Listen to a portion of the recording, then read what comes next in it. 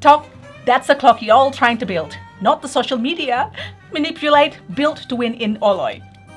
And today we're diving into a quick start tutorial for Orloj the Prague Astronomical Clock. We'll explain everything you need to know if you want to get started quickly and pick up the details and icons as you go along in 15 minutes or less. And hi everyone, it's Stella. And Tarrant, welcome to Meeple University.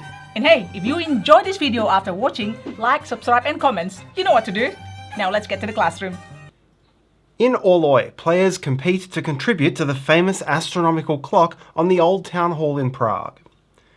With the clock mechanisms already constructed, players will be focusing on the calendar dials and Catholic figures that were added to the Orloj in the 19th century. Players begin with a player board, a sculptor, and 4 workers, or 5 in a 2-player game. Many actions require the placement of 1 or more workers, sometimes permanently, and they must be available and come from this supply to take such an action. 9 further workers are unlockable to your supply throughout the game. There are 5 spendable resources.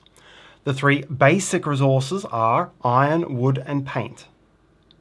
This icon can mean any one of the 3 basic resources, and these 3 tracks are your productions in those resources.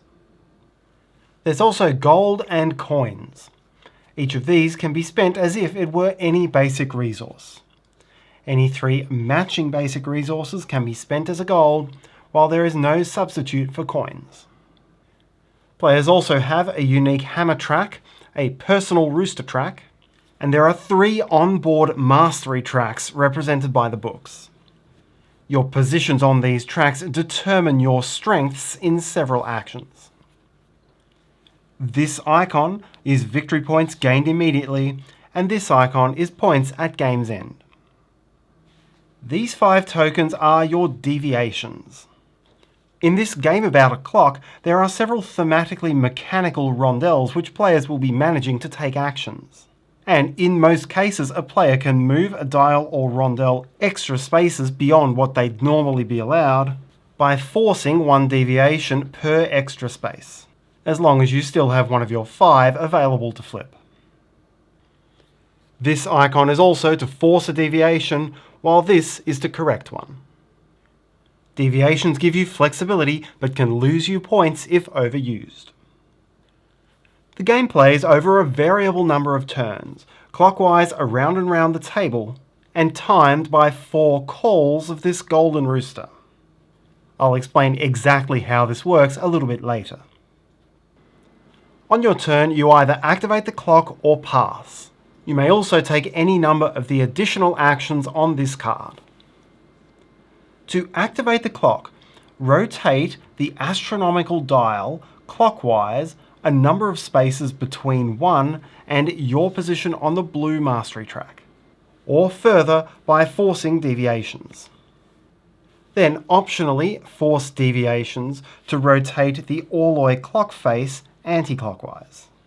This is never free, it always costs a deviation, and be sure that you don't carry the astronomical dial along with it. You must hold that piece in place while rotating the Orloj below.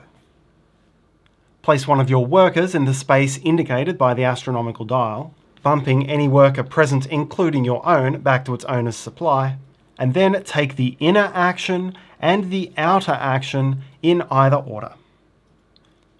The inner actions are all about production and mastery. For production, gain the resources for your position on that track. For mastery, advance on the matching track, and for a coin on any track.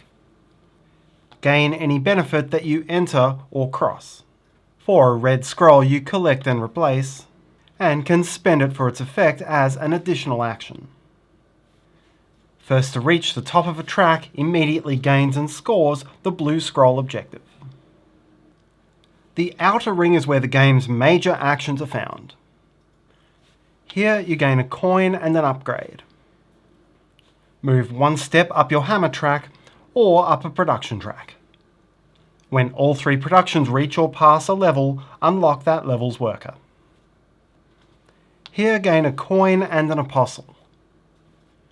For an apostle, first optionally force deviations to increment the apostle dials, Then choose and gain one of the 2 bottom-placed apostles from your personally coloured supply, moving it to an empty space in your warehouse. You must have one available. And to finish, increment the dials 1 space. Each time a red tooth reaches this arrow, advance the golden rooster. Apostles are triggered as an additional action.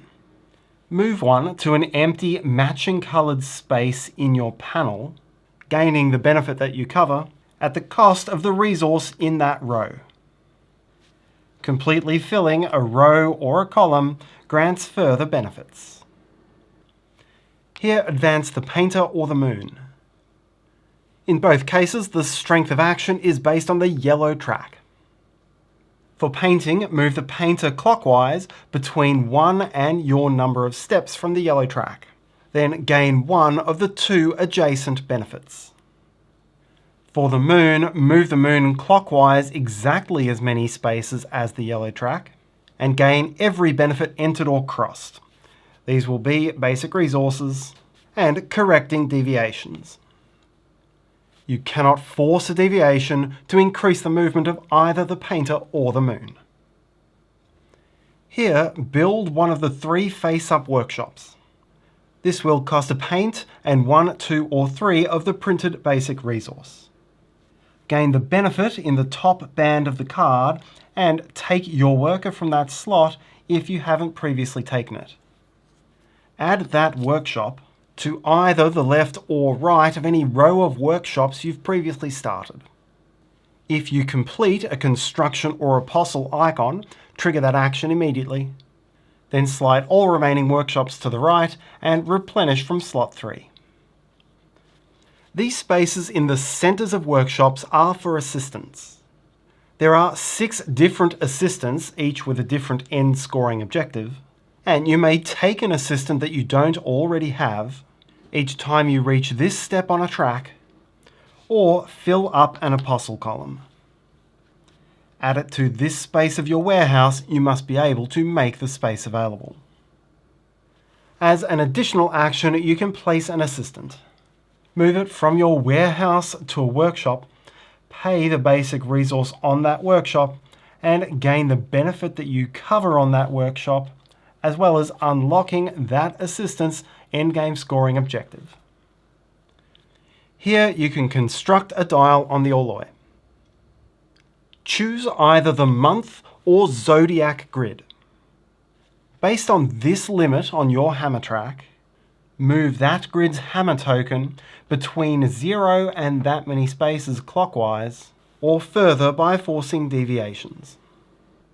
Choose a face-up dial adjacent to the hammer, so that's one showing its colour and symbol, and pay all visible resources in its row and column.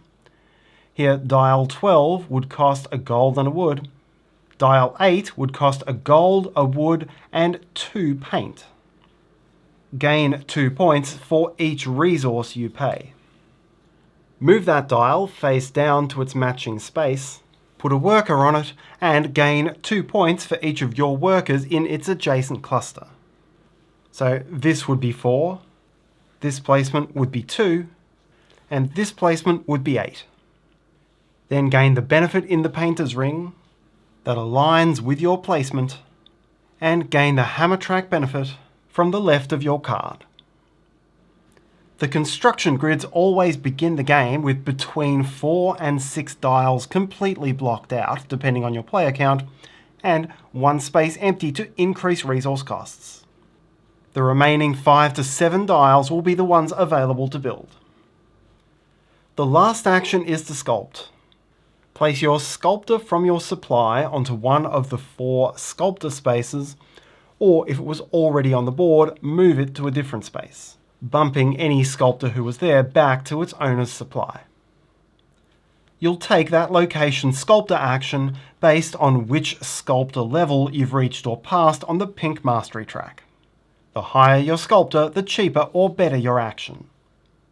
Sculpting is a flexible action which calls back to the other actions mentioned and could let you construct dials, move the painter or moon, build a workshop, or use this one to just gain gold and coins. The other option for your turn is to pass. You can do this on any turn, but must do it if you cannot place a worker on the clock. Resolve based on the pink mastery track. You retrieve a number of workers to your supply, usually from the clock, although from the calendar if you really want, and then activate the moon based on both the yellow and pink tracks. Here my base is 4 and my pink is +1, so I'd move the moon 5 spaces. Then always advance the rooster 1 step. The game's progression is tracked here using one of several different crowning pieces. To begin, this cube goes on the first space of the row for your player count, and the rooster begins on the matching number. Each time a player passes, or a red tooth reaches this space, the rooster advances. At the end of a turn, when the rooster reaches or passes 0, it will be the rooster's call. All players correct deviations equal to their position on the personal rooster track, and then lose 1 point per uncorrected deviation without correcting them. Advance the cube, reset the rooster, and continue to the next turn. Unspent personal roosters in each call score 1 point. Here I have 3 roosters, use 1 and score 2. This is not true in any other case. If you gain one of these icons but have nothing to correct, then you simply lose the effect. The game end is triggered by the 4th rooster's call, or by the construction of all month and zodiac dials. Continue until everyone's had the same number of turns, and if construction triggered the end, flip this token over. Construction actions from now on simply pay these resources for 8 points, and the hammer bonus. Now count up final scores. Each mastery track has an objective, and the leading player or players on each track score the higher number of points each time they achieve the objective.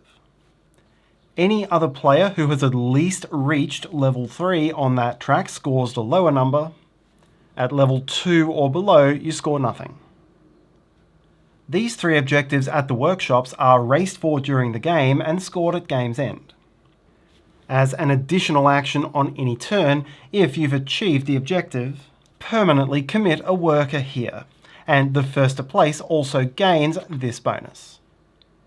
Now score all of your placed points at game's end. Score the objective on each assistant that you've placed on a workshop. Cash in any of your leftover basic resources or coins for gold where you can, and score 1 point per gold. Finally, lose 1 more point for each uncorrected deviation. The player with the highest score, and if tied, most apostles in their panel, wins. Thanks for watching, and if you like this video, maybe you'd like to watch this next one. Have a great day. Bye!